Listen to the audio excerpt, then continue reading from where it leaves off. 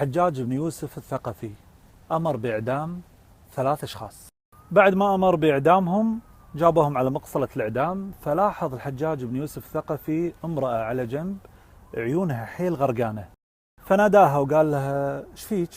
فقالت له 3 اللي أنت أمرت بإعدامهم هما زوجي وأخي وابني. قال لها الحجاج اختاري واحد فيهم ولأجل دموعك سأعفي عنه.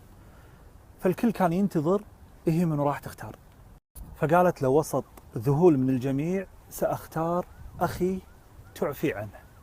صدم الحجاج، قال ما بالك يا امرأة، ألا تختارين ابنك؟ ردت عليه المرأة وقالت لا، بل سأختار أخي لتعفي عنه.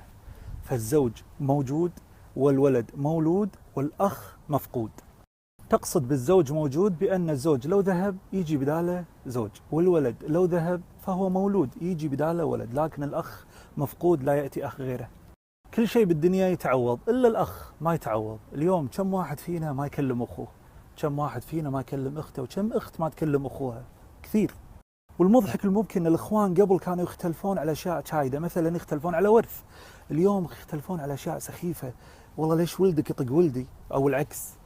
قسما بالله اني اعرف لي اخوان ما يكلمون بعض بالسنوات، والسبب اولادي، والله ولدي ليش يطق ولدك، ولدك ليش يتعدى على ولدي، اشياء غريبه سخيفه.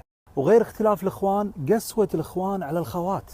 في خوات والله العظيم يعيشون في جهنم مو في دنيا، والسبب قسوه اخوانهم.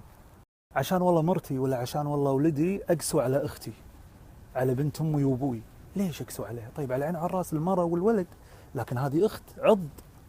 ولا يحس بنعمة الخوات إلا اللي فقدهم. أنا اليوم فاقد خواتي موجودين لكنهم متزوجين برا، فاقد فرحتهم فيني وفرحتي فيهم مفقودة. فاقد فرحتهم فيني لأن الخوات هم شعرة الأم، هم ريحة الأم. أنا في أكثر من مرحلة في حياتي ناجح، أبي أوصل هالنجاح لهم بس مو بالتليفون، مو كل المشاعر توصل بالتليفون. اليوم أنا أبيهم يفرحون فيني بس جسدا لجسد، القلوب تكون متقابلة. اليوم أنت عندك أخت ومطنشها، ليش؟ ويا ليتك بعد مطنش اختك وبس، لا يعني ممكن تقسو عليها بقوه. اليوم انا قاعد تمرني حالات قاسين على خواتهم والله عشان فلانه ولا عشان والله مزاجيته. وغير الخوات ايضا الاخوان الرياجيل بينهم وبين بعض يقسون على بعض. الله سبحانه وتعالى اصطفى الاخ، قال سنشد عضدك باخيك، ذكر ان الاخ هو العضد. وحتى لما سأله سيدنا علي بن أبي طالب من هو الأفضل أخاك أم صديقك، رد قال ما أحلى صديقي أن يكون أخي، وما أحلى أخي أن يكون صديقي. شوف كيف الربط. ممكن الحين يجيني واحد يقول أنا والله سمعت كلامك يا ساري وتأثرت، رحت حق أخوي بصالحه، أخوي ما رضى أنه يصالحني، شو أسوي؟ اترك الأمر لوجه الله سبحانه وتعالى وبس.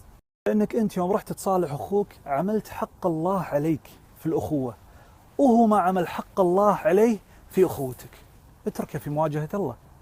أيضا كلمة الأخ، تفكروا كلمة الأخ هالحرفين، آخ من الألم، من يتألم ما يطرع علي للأخ، ما يطرع علي لا زوجة ولا أم ولا أبو ولا ولد، مع احترامي لهم. أخوي لا ضاق الفضا والدهر شان، يبقى على سود الليالي عضيدي. يا رب بعدد دقات قلوبنا احفظ إخواننا وصف أذهاننا واسعدنا معهم.